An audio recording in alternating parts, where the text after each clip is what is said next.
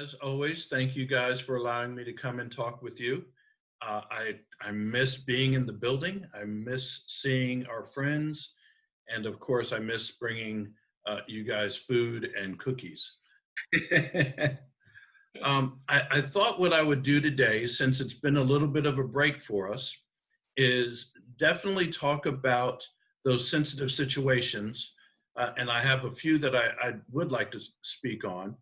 However, I thought we'd go back to basics just to kind of get an idea on why things occur with our loved ones, why these things happen, possibly, and just talk about having a basic understanding of what this thing called dementia is. So if you'll bear with me, I just want to explain dementia a little bit, maybe talk about a few different types of dementia. And then, of course, as Keena was saying earlier, please feel free to throw questions at me as you feel the need to or need a question answered.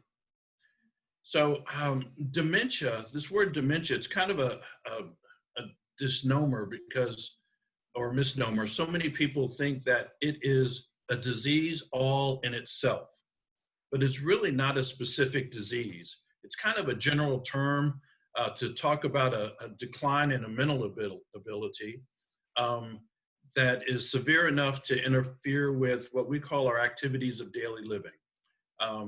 Those things that we're able to do with our daily life. You see, our brains literally end up deteriorating based off of something that is called plaque. Not necessarily like the plaque that you have on your teeth, but that's the term that they use. Dementia is an overall term that describes a wide range of symptoms. Those symptoms are associated with typically a decline in memory or other thinking skills. And again, it affects those ADLs, the activities of daily living. Some of the types of dementia that are out there, the most common type people think about would be Alzheimer's. But there's also things to think about, such as Lewy body disease or vascular dementia. Some people are familiar with a term called PICS, that's also known as frontotemporal, or even Parkinson's or Huntington's. All these are types of dementia that people unfortunately experience, and each one of those have their own set of symptoms or traits, if you will, that come along with those. So that's just kind of a quick background on dementia itself. Some of the signs or symptoms that people seem to experience, and some of these may sound familiar to us and what we have experienced with our loved one, and some maybe are not. Really depends on the individual and their own physiology. But there's poor judgment skills at times, and it might be hard for individuals to make a certain decision. There's an inability to maintain a budget. There's losing track of date or time, or even the season. People have a tendency to forget that they might already be home. They might say they want to be home, but they're actually in their own house. Sometimes the symptoms are difficulty to carry on a conversation. And this can be two ways. It could be that I have an inability to communicate verbally to you, or as you speak to me, I might not be able to decipher what it is you're saying. And of course, there's the common symptom of misplacing things or being unable to retrace those steps to find where we put something. Even it might just be on a desk or a table there in front of us. Now, sometimes people will say, well, I personally experience those things. Does that mean that I have early onset? No, not necessarily. there are, as we get older, we have typical age-related changes. Um, we might forget where we put something down, but sooner or later we tend to locate it. And if we happen to stumble upon it, we'll remember that we were looking for it earlier. We might make a bad decision every once in a while. Um, those are just things that just occur with being human. Some quick facts about dementia, just to kind of give you an idea of the number of people that are experiencing it. Um, the last reported number that was, I believe it was in 2017, showed that there was a estimated 5.4 million people in America of all ages that are suffering from the signs of dementia. And so if you say there's 5.4 million people diagnosed with this disease, that also means there's a number of folks out there that are not diagnosed with it that are going through that experience. But let's take it one step further. For those 5.2 million people that have been diagnosed with it, there's at least that many caregivers. There's that many of us trying to care for our loved ones. So you can see now we're up to 10, 11 million people within the United States that are literally suffering from this disease, whether we are diagnosed with the disease or whether we're caregiving for someone with the disease. So you see it really is a huge, a huge thing that's happening across our land. We're all having to deal with the effects of the COVID-19 pandemic right now, but the disease dementia, that in itself is a global pandemic as well. Just a couple more statistics and we'll move on with this. Of course, we know that this is a progressive disease, meaning that there is not necessarily a cure that's been found for it as of yet. But by mid-century, someone in the United States will develop the disease, I believe they're saying every 33 seconds. And that's kind of a sobering thought. So anyway, let's talk about some things that will be more of a pick-me-up, some tips and tricks that we can use on some things that we might experience on a day-to-day basis. Before we do that, I'm going to do a screen share here and just show you what this disease does to a normal brain. And I say a normal brain, of course I put those in quotes. And hopefully you'll be able to see what it is I'm showing here. Over here on the right side of your screen, hopefully you'll be able to see it. You'll see, you might see my mouse going back and forth. You will see two brains, one that says normal and one that says Alzheimer's. You see, when I mentioned earlier that this disease literally deteriorates the brain, it truly does. On the left-hand side, you'll see that normal brain. That's, some of us might remember that in school when we were doing a dissection of items within biology class. But you'll notice on the right-hand side how the brain is actually shrunk. And you see there's more black spaces in there showing where it is literally deteriorating as time goes on. It is not a, I show this just so that people get an understanding of what happens, or one of the reasons why we hear people asking us the same questions again. It's truly frustrating, that I know, and we wonder why folks are unable to do some of the things that they've done in the past, but hopefully that illustrates the reason why. The brain capacity is truly not there as it once was. So some of these judgment challenges and decision-making challenges, they come as a result of this. Does that all kind of make sense so far? Let's go ahead and talk about some sensitive situations that pop up. First and foremost, I'd like to talk to you about other people. One of the things that I've had people ask me in the past, and I hear it almost on a daily basis, is how do I handle other people when it comes to my loved one?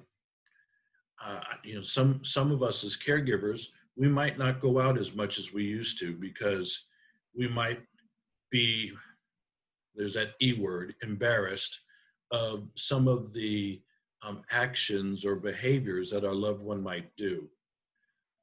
And these actions, these behaviors are just, they're the new normal. We hear that phrase a lot these days, but we've been experiencing that already. It's the new norm because, again, the brain is not able to handle situations the way they used to. So I had someone once ask me, okay, so I would love to take my wife out to a restaurant. How do I do that? Because she might do this or act this way at the restaurant, at the table. What do I do? Well, it could be something as simple as once you arrive, letting the wait staff know, letting the maitre d' know that um, that you were out taking your wife out on a date, and just kind of on the side letting them know that this is the diagnosis that's been made. But it's her night out, and you're going to make the best of it as best that you can, and hopefully the best that the restaurant can. Some people have made up little business cards to give to the maitre d' so that they understand what's going on. And a lot of places that understand dementia will try their best to make it just as simple for you as possible. They'll try to speed up the service so that there is the ability for you to get in and go, but still have a good meal and experience that evening. Um, Sometimes it's just a matter of us as caregivers educating people on the disease diagnosis and um, what it truly means. So we're going to run into those people that don't understand, but that is a great educational time for the folks to actually start to understand, especially if it turns out to be family members who wonder why we don't do the things we used to do. Maybe they might, I don't want to say pressure you to come to an event, but you realize that our loved one is to a point where that event might be too overstimulating. So it's just a matter of us giving them a call and saying, hey, I'd love to attend that. However, my mother probably would not be able to handle the extra stimulus or extra stimuli.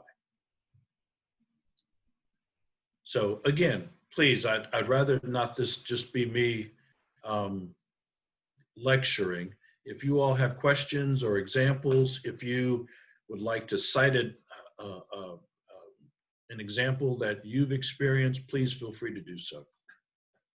Question, like, I've had people say that they've worked really hard to get the whole family together and everyone's united, but then their loved one doesn't want to be around everyone, and so then they feel frustrated. So can you address that and like how to kind of help the family understand that, that their loved one, it's not like they're rejecting them, it's just Alzheimer's is kicking in. That's a great question. Thank you, Valerie. That is something that before the event, before the family event, um, that if nothing else, to touch base with the host, to let them understand, or to let them understand where our loved one is at that particular time.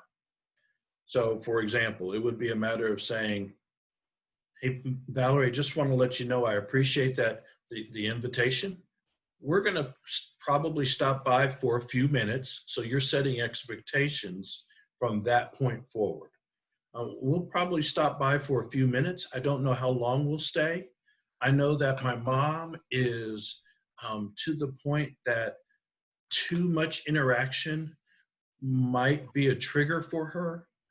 So, in an effort to reduce the opportunity for that trigger to occur, we'll stop, we'll say hi, we'll give everyone an opportunity to see us and for us to see them, exchange a few hugs, but we might leave after 10, 15, 20 minutes, or if when I see my mother starting to get a little agitated. It really is a matter of expectations. That way, the host is aware of what's going on. If you're aware of some of the other attendees, you might touch base with them as well, depending on how close you are with them. But I really do like the idea of the business cards, because this way, once you get there, for people that you haven't seen in a while, you can give the business card to them nonchalantly. They can read the card and they can kind of get an idea of, oh, okay, I need to work this a little differently than I used to, because Dorothy is at a different point in life now than she was when I saw her 2 years ago. Okay, that's helpful. Now, every situation is going to be a little different. I think many of us may know John C. Douglas. She is great with coming up with ideas, and she has a webinar that she does in regard to the holidays, especially now with Memorial Day coming up, although it's a little different this year. But especially around Christmas and Thanksgiving and birthdays, she has a list of things that she provides to folks, and I'll be glad to get that and pass it on if you'd like. But just things to go over with folks. And she actually has a letter also that she drafted that she gives as a template that can be sent out to folks ahead of an event, so they realize, A, this is where mom is now in her disease process. B, this is how mom handles these stimuli. C, these are things to maybe avoid talking to mom about or bringing up to mom, so that we do not trigger a behavior that might not be best for any of us at that particular time. So setting expectations is huge. Yes, I would comment on that. With the great machines we have today, you can email people all kinds of stuff. And if you think that your loved one is going to be able to tolerate a get-together of multi-people, and you should take that to consideration even before you decide you should go. Like you say, you may just say, well, I can't go. However, if you'd like to go and you think that she would, then I would put together a list, maybe a paragraph too, and send it to the host and ask the host to send it on to these other people who will be there. Set the stage so you don't have to try to do it face to face at that time. That takes all the pressure off of you. You can enjoy it too. Yes. And that way you don't have people standing there and with their mouth open, or doing one of the worst things I see. Oh, you remember who I am? Remember me? Right. And boy, I mean, no, they don't. And that's so frustrating. Yes. For both of us. I know I've been in groups before I recognized some of this stuff to that point. And this one lady who used to be Betty's very knowledgeable person, they were nurses of the group of nurses of her graduating class.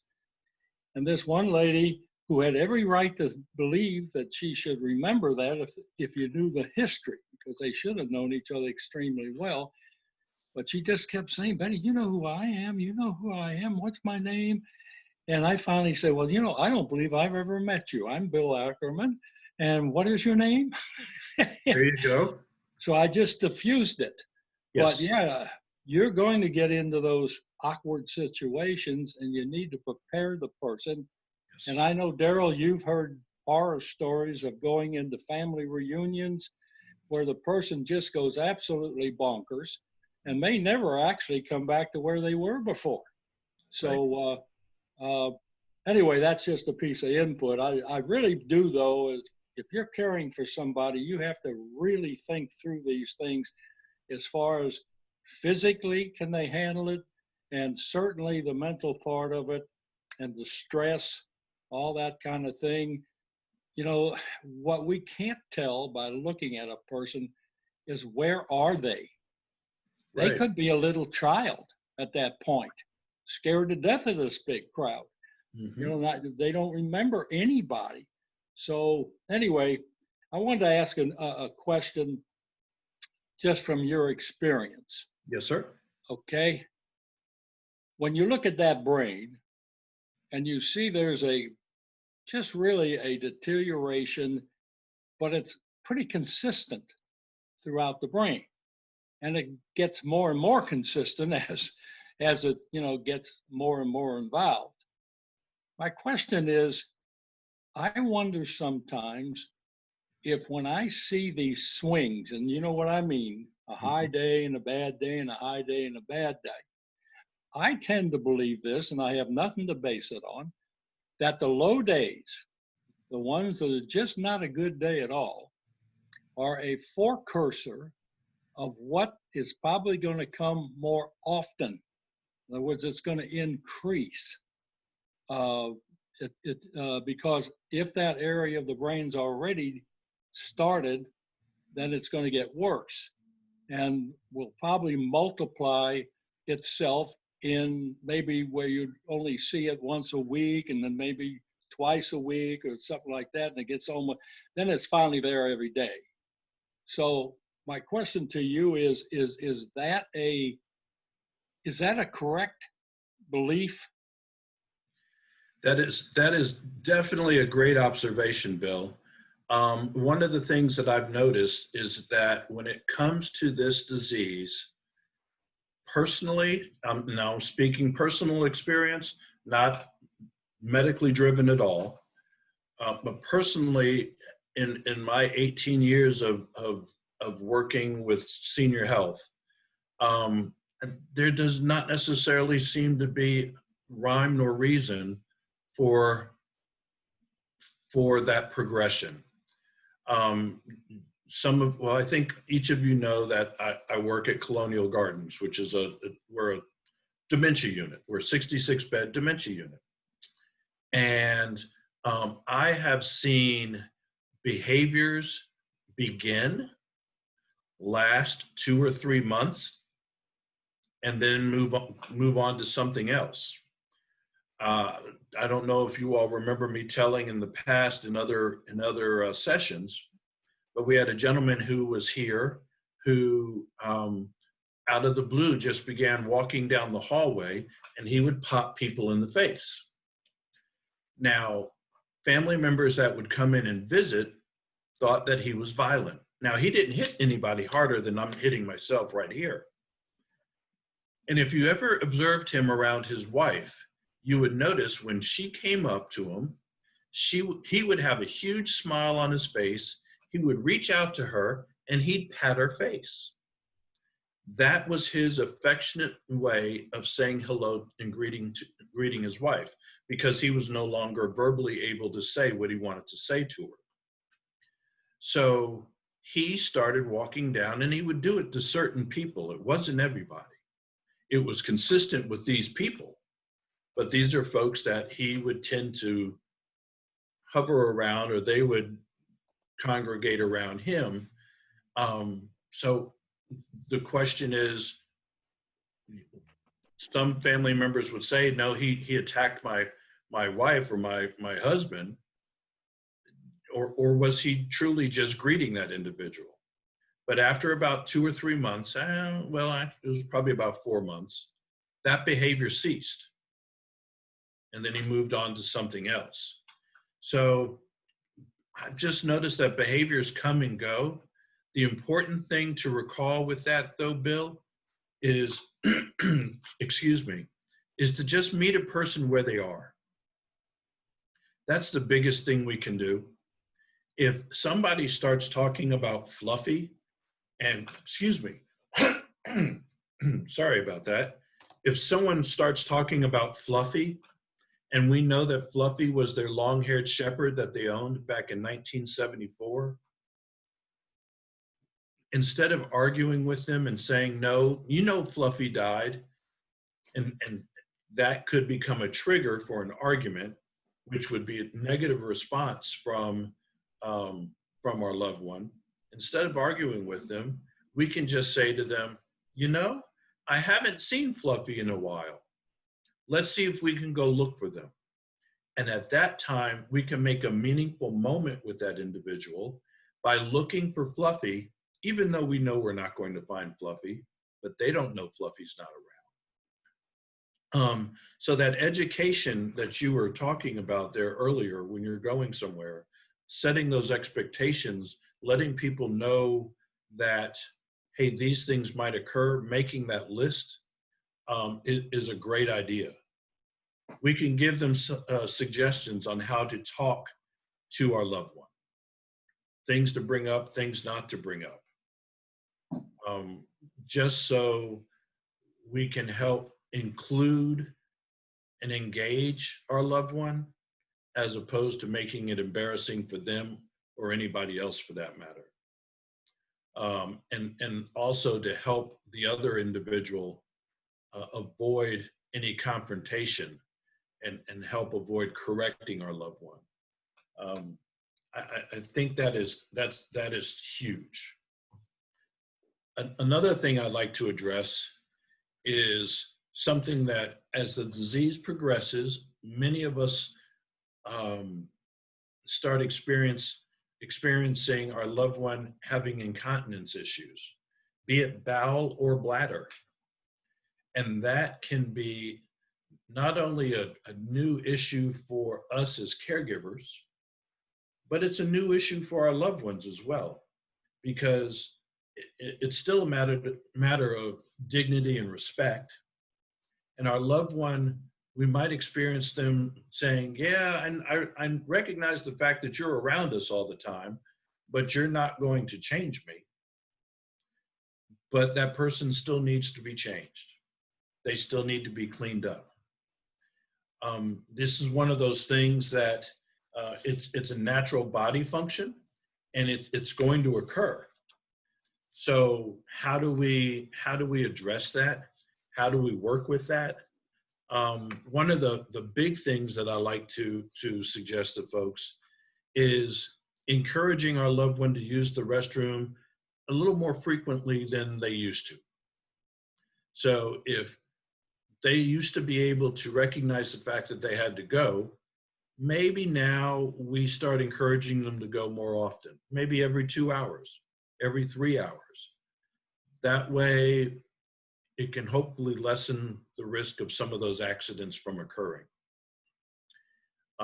If they are still able to realize that an accident did occur, and it's a matter of seeing where they are when it comes to the fact that we need to get them cleaned up. We can start talking to them ahead of time about, oh, so if we have an accident, you know, of course, I'll always be there for you. Even if you happen to have an accident, I'll be there to help make sure that you stay clean. And you can kind of get a feel for how they react to that. My mother was quick to tell me, baby, you're my son. You're not going to clean me up if I have an accident. No way.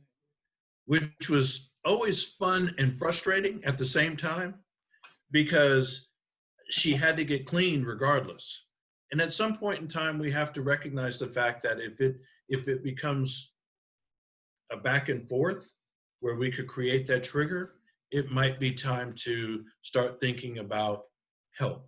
whether it's help from an agency to have someone come in and help get that individual cleaned, or maybe another family member. So just to kind of give an idea there as well. Some of you know that I love the book that is put out by the National Institute on Aging by the name of, I don't know if you see it, Caring for Persons with Alzheimer's Disease.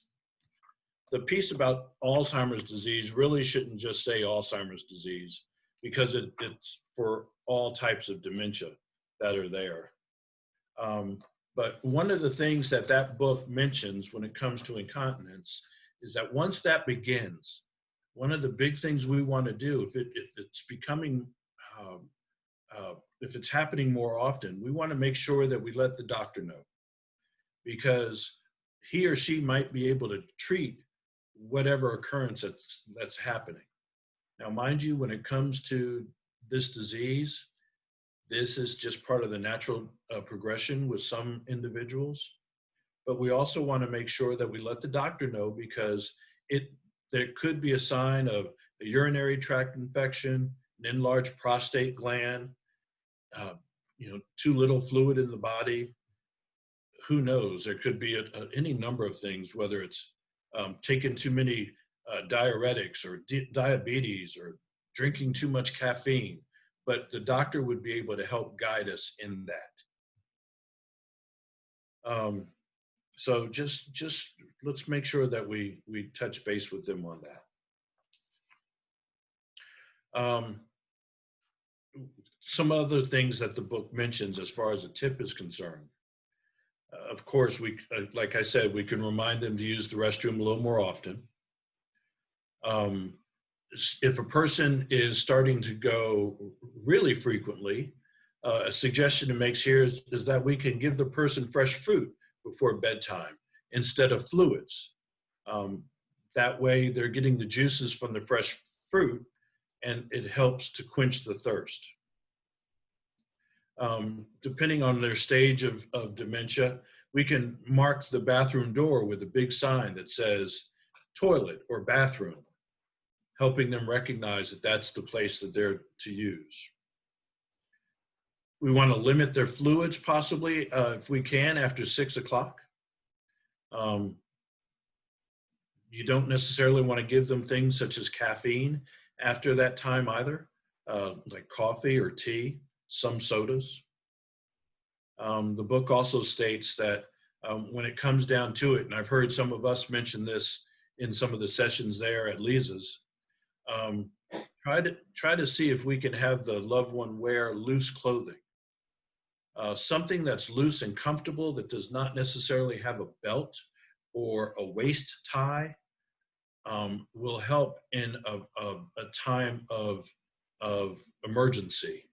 So it's easier for them to get that down once we get them to the restroom. And it's easier for them to pull that up, as opposed to them having to fight the belt or fight a tie to get their pants down, thus getting them frustrated, getting them wet, where it could have been avoided if they could just get undressed a little easier. And of course, help show them the way to the bathroom. I think that's huge, and it's actually listed at one of the top of the list here in the book I was just mentioning. Show them how to get there, or better yet, walk with them down the hallway and take them to the restroom. You don't necessarily have to go in if they still have the ability to use the restroom on their own, but you can help guide them there. And if it seems to be a case of an emergency, you're also there beside them so that they don't rush, lose their balance, and possibly have a fall.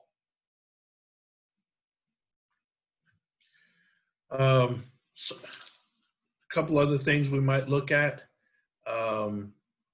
as a person progresses in the disease process. Of course, a big common occurrence, folks don't like to shower any longer, or they don't want to take a bath. And that could be for a number of reasons. It could be because of the fact they're unsteady on their feet and they're uncomfortable with stepping into the tub. Or it might be that once they get in the shower, the water beating them on their head is uncomfortable and scary for them. So what suggestions we make for that is to possibly get one of the hand wands for a shower. And instead of starting up top and working our way down, you can help guide them or suggest to them that we start bathing at our feet and spraying the water at our feet and our legs and working our way up. And as you're helping them bathe and you're doing this, let them know, okay, now that we have your feet cleaned, let's see if we can go ahead and get those legs cleaned. We're going to move the water up the leg a little bit. Oh, now it's time to go ahead and get the knees clean, and continue telling them step by step what you're going to do, especially once you get around the face, the neck, the top of the head, and around the private areas, because we want to make sure that we're still showing that respect and letting them still have their dignity. Many folks tend to be embarrassed by being uncovered, especially if they get to the point where they don't recognize you. So it's okay to have a towel over their shoulder, covering their chest area, or maybe a towel wrapped around their waist as you're cleaning them. Remember, a towel is going to dry. All we have to do is just throw it in the dryer. But if it's going to give a sense of calm to our loved one, then they deserve that. And what's huge, and again, stating from the book, think of bathing in steps. We want to think of it as before the bath or shower, during the bath and shower, and after the bath and shower. Before the bath, before we bring an individual into the bathroom, we want to make sure that the soap, the towels, the bath cloths, the shampoo, all of that is already in there and ready. We want to make sure that the water is already running and at a comfortable temperature. And of course, it's good to make sure that we have the water coming out at a pressure that's not going to startle our loved one. And the one thing that they state here is be matter of fact with our loved one when it comes to bathing, as opposed to saying, oh, would you like to go take a shower now? Because what do you do when they look at you and say, no, I'm good, thank you. And we have some of our residents here that do that. No, I'm good. I don't need to do that. But it's been a couple days. No, I'll do it later. Now you're in a position of arguments, and that could become a trigger. However, if you're matter of fact and say, it's time for a bath now, it's time for a shower now, let's go take a shower, then a lot of times that's a little more helpful. And remember, again, the whole dignity and respect piece is huge. So we want to be gentle and we want to be respectful. So the best way of doing that is not being rough. We have a tendency as humans to rush through something because I want to get them clean. Well, we don't have to do like we do ourselves and get every spot. We can just get those essential spots to help reduce the smell and make sure that they're clean.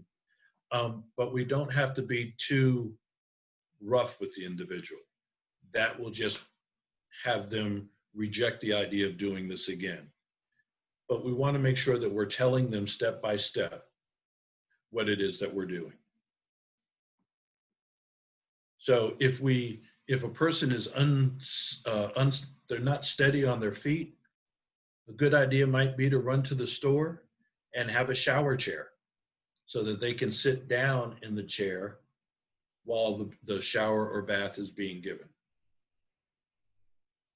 And of course, talking is always a good thing. If you can distract the individual who does not like showering, if you can distract them by talking about something else or having them engaged in conversation with some other memory that's going to be a good memory, remember a long-term memory, then that might help with the bath or shower also. And of course, drying them off is going after the shower. Drying them off is going to be huge.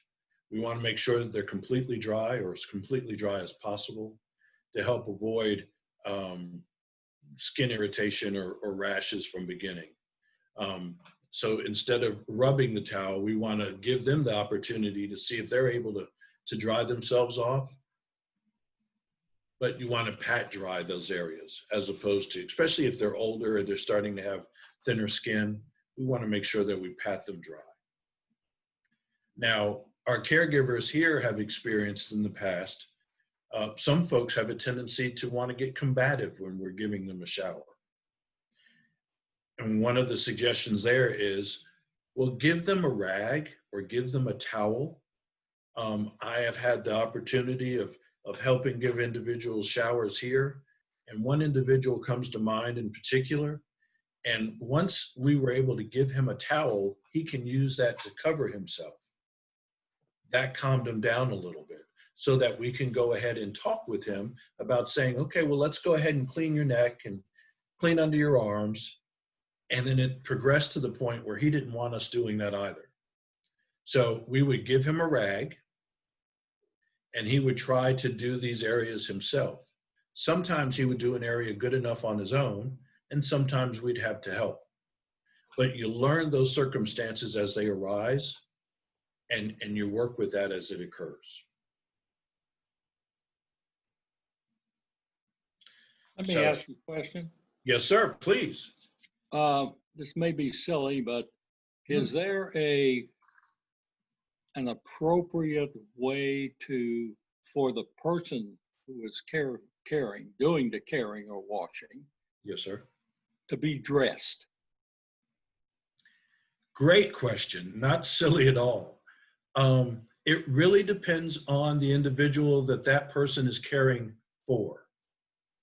Because if an individual is comfortable with you being in the shower with them, then you can, because I know you don't want to necessarily get your clothing all wet either. So you might want to come with shorts and maybe a t-shirt.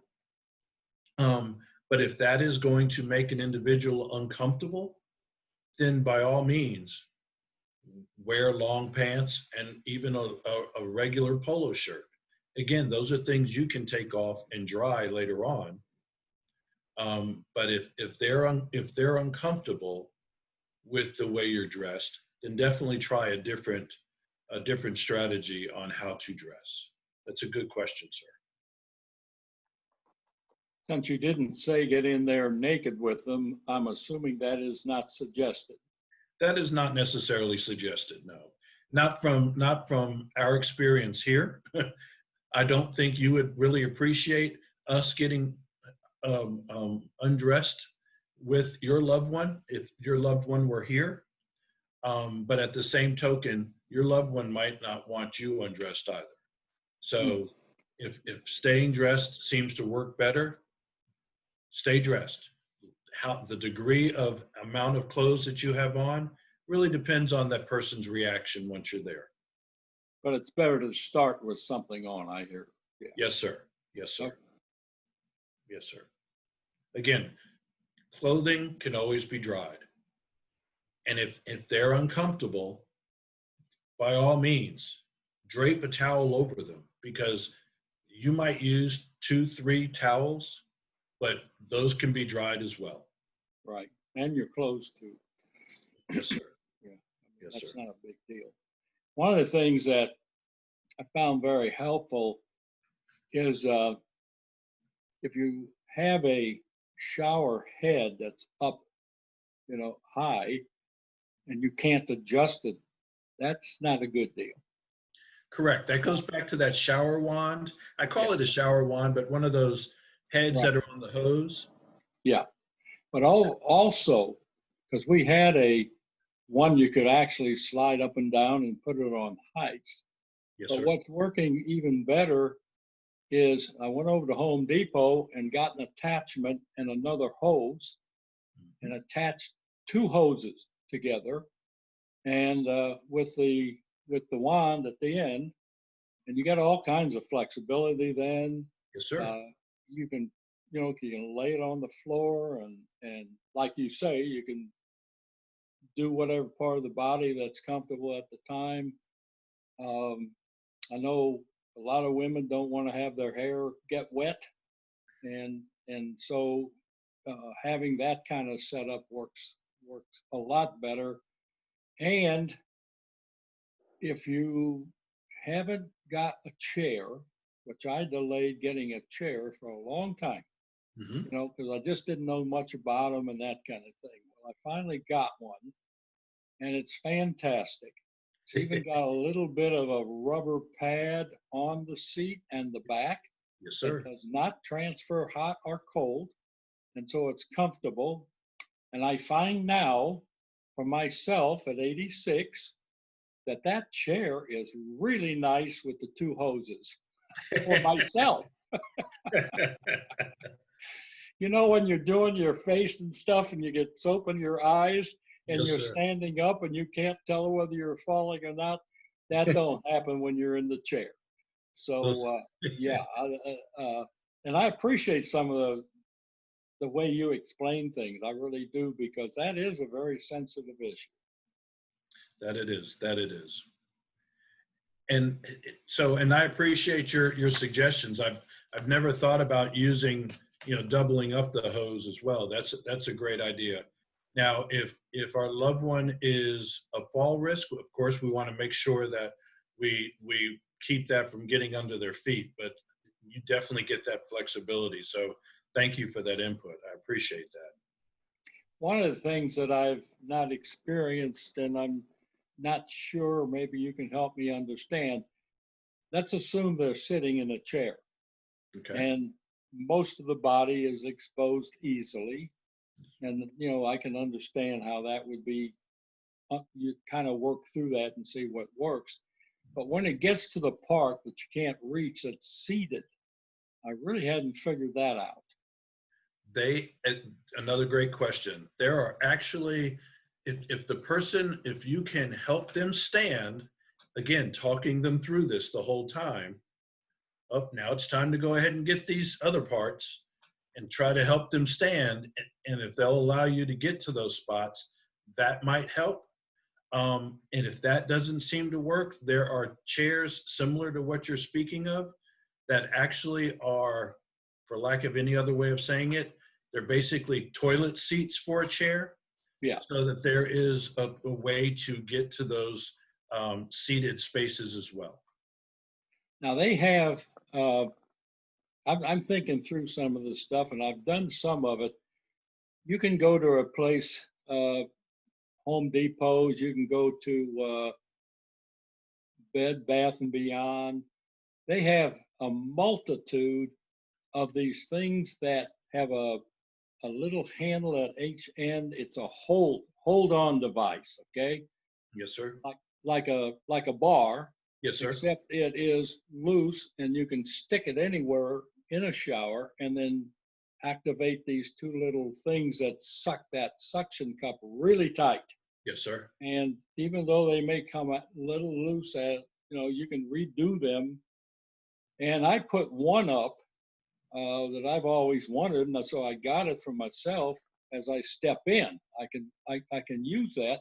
Yes, sir. But then they've also have plastic trays and little hooks and all these things. Once they're on there, they really hang on easily.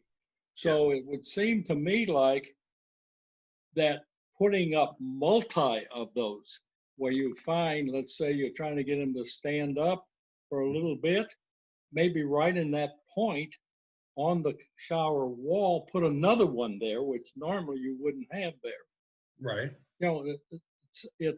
I'm thinking through all these things, just trying to see, and the ones that I've experienced have worked well. Yes. And I have a little tray. I don't use the normal soap area and shampoo area. I have got one of these little plastic trays with two of those suction things in it. I put it down at chair level and gives me a place. I can also put the wand in when Yes, it's sir. running. Mhm. And so you can still get to the water underneath it. and just things like that. You kind of experience some little tricks as you go through trying to figure out how to do this. So, You have hit the nail on the head with that, because not all of these tricks will work for everyone and everybody. However, a lot of these work out well depending on the individual, where they are, what stage of the disease they're experiencing. Um, and it just, if it helps 10% of the time, that's 10% less of an issue you had yesterday. The big thing when it comes to bathing is to realize, just like every tip and trick is not necessarily going to work for everybody, the huge thing to remember is, if you're able to get an individual into the shower and you're able to start getting them cleaned somewhat, that's progress. hmm Did you get everything? Maybe not, but that's Yeah. okay. You were able to get some things, and again, that was better than yesterday. You might look at a routine or a schedule instead of, a lot of us say, well, because we've all grown up, oh, we have to take a shower every day. Lord knows my son does not want to take a shower every day, and he does not have dementia. But you have someone who has an adverse feeling towards taking a shower, they're not going to want to do it. So instead of it being a daily ritual, 3 times a week might work. Um, that way, it might lessen that anxiety the individual might have. If you are seeing that that person is having a good day, then let's try to see if now's a good time for a shower, if they're agreeable. We do that a lot here in the building. If we know this person is not going to, because the person might sundown in the afternoon, but they're having a great morning right after they had breakfast, well, throw it out there. Let's go take a shower. Okay. Let's get you shaved up or cleaned up because so-and-so's coming by to see you later on. Okay. Well, okay means let's go for it. We start shaving a person. All right, now we've got y'all shaved up and looking good up here. Let's go ahead and take a shower so that your wife is going to know that you're nice and clean and ready just for her. Okay. Okay is a wonderful thing. Just take it in stages and see how far you can get away with it. One of the things that occurs to me too as you're talking here is the washcloth. And when I shower, I very seldom, except for certain circumstances, use a washcloth. I do everything by hand, Uh-huh. and I've done that for years. Mm-hmm. But when you're doing someone else, now I know in your facility, I would think that you use a washcloth every time you touch their body. Yes, I would just assume that to be the case. Yes, sir. But if you've got someone that is not wanting to shower, and there could be all kinds of reasons for that, you might, I'm going to say that I think you're better off to use a washcloth, Yes. regardless of who that person is. Yes, sir. Yes, sir. Again, it comes down to the person. You want to make the person, be it your mother, your father, your husband, your wife, your uncle, your aunt, your niece, whomever, you want them as comfortable as possible. And if we have a head start knowing that they used to always use a rag, then by all means, a rag should be the way to go. But as we're starting this process out, a rag is definitely definitely a good start. Another thing that I've been paying more attention to when I shower is when you open the shower door, no matter how warm the house is, it is cold and it comes in and grabs you. And what I'm thinking about, I got a terry cloth bathrobe and have it hanging in the shower so you wouldn't have to open the door. Shower's nice and warm, right? Yes, sir. And after you kind of sponge them off with towels and stuff like that, you can, put that on Great idea.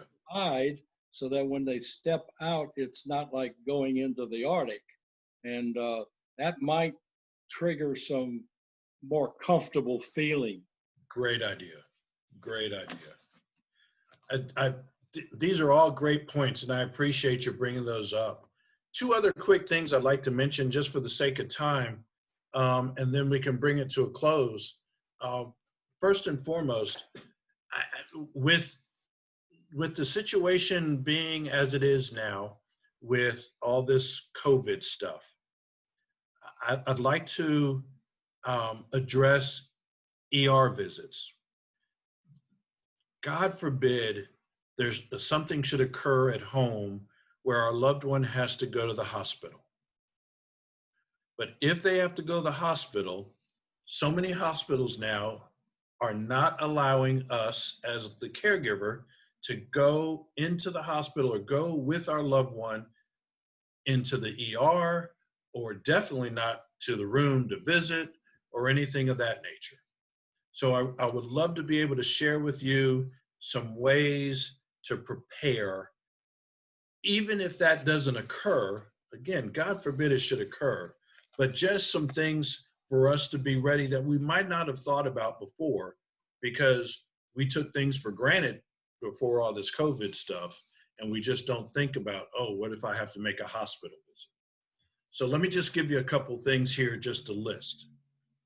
One thing you want to make sure that you have at all times with your loved one, whether COVID's around or not, is you want to make sure that you have a list of medicines.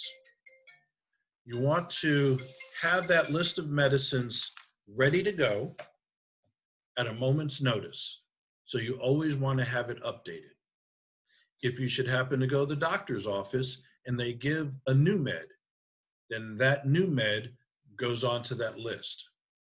If it is only a temporary med that they're going to take, say an antibiotic, and they're only taking it for a couple of weeks, put it on the list, but put beside short term or some indicator that it's not necessarily going to be a long-term thing. Because in a time of crisis, we're not going to think of all the meds that our loved one's going to be on. Many of you know I'm a cardiac patient, and I've had issues over the past couple of years where I've ended up in the hospital. Yeah, Marty, we don't need to talk about that later. No, Keena, no, we don't. Because I'm sitting here now, so obviously I'm okay. But when they started asking me, what are your meds? I couldn't think of them because I was too concerned about what was happening at the moment. Wow. So we want to make sure we have a list of the meds. We want to make sure we have a copy of the insurance card. If you keep those copies with your meds, then you don't have to go digging into their purse or wallet, and you'll have it all together. And it's not a matter of having to make a copy once you get to the hospital or the urgent care. It's good to have a copy of their primary care physician's name, office, and their contact information, phone number, and fax, if possible, because if the ER wants to send an update to the doctor's office, they can. Again, having that copy with the copy of the insurance cards and the meds. And also any advance directives. Now, an advance directive can be it could be a DNR, a do not resuscitate. It can be multi-paged. It can be just something that the loved one has scribbled on a napkin one day that you just haven't had an opportunity to have put into a formal form yet. But you want to make sure that you have a copy of that also. Because all these things, especially during this time, once they get to the hospital, all that should be right there in front of them. Mhm. You as the caregiver, as the primary caregiver, your contact information should be listed in there as well. Your cell number, your landline, your email address, so that they're able to contact you in some form or fashion. And if you end up getting a new phone number, definitely update that list. Again, crisis time is not the time to start doing these things. Just like we were talking about at the beginning of the session, setting expectations for other individuals to interact with our loved one, we want to be prepared so that whoever our loved one is going to interact with in a medical setting has as much information about them as possible. Even something saying, my husband is a dementia patient. Um, his neurologist is so-and-so, so-and-so, here's their information. The PCP, here's the information. We want to make sure we have those items listed and readily available. So Power of attorney, power of attorney as well. Yes, sir. yes, because they're going to want that. Yes, sir. And in most cases, a copy is good. So if you have a raised seal copy, you don't necessarily want to give that up.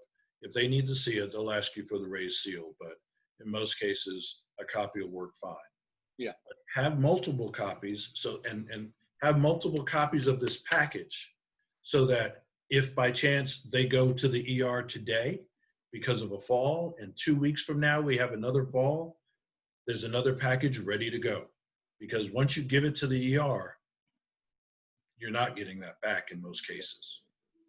So as you're making these copies, make multiple copies, stick them in envelopes with their name across, name and date of birth across it, so that it can be sent at the time of transport. That's really good, Daryl. I had never thought to do that kind of a package. You know, where like on a spur of a moment type thing. Yes, sir. And you might even have a list in that package of behaviors or symptoms, so that the ER is not surprised that this occurs. If your loved one is a wanderer, have it listed so that they're aware that this person's a wanderer, so that they're able to put in their wandering protocol, as opposed to them going to see the room and, oh, where does she go? And then she's down the hall. Yeah. Wow. That's a lot of, yeah. That's really good. I hadn't given that any thought at all.